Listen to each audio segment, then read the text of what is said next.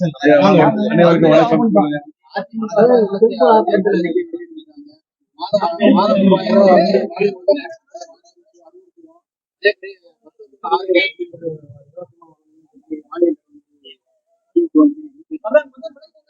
திமுக தேர்தல் இருக்கு சார். நீங்க எப்ப சார்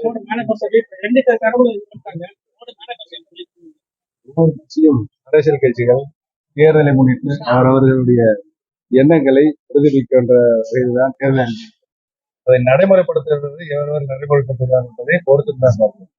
ராமநாதபுரம் தொகுதியை தேர்ந்தெடுக்கிறதுக்கான காரணம் என்ன? வெற்றி வாய்ப்புகள் எப்படி இருக்கும்?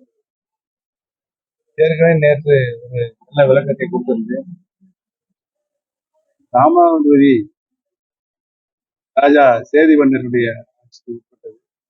அங்கு வாழ்கின்ற மக்கள் நீதியின்படி தர்மத்தின்படி நீதி வழங்குவார் என்ற நம்பிக்கை கடந்த காலங்களில் வரலாறு. ஆகவே இன்றைக்கு தொண்டர்களின் உரிமையை மீட்கின்ற தர்ம யுத்தத்தில் ஈடுபட்டிருக்கின்றான்.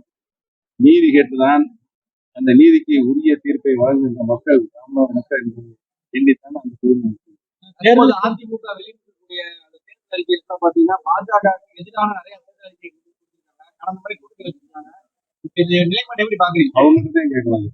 உங்களுடைய விசுவல் என்பது யாருக்கு எதிராக? திமுக எடப்பாடிக்கு எதிராக. அநீதிக்கும் நீதிக்கு புறமாக யாரெல்லாம் நடக்கின்றார்களோ அவருக்கு எதிராக என்னுடைய விசுவல்.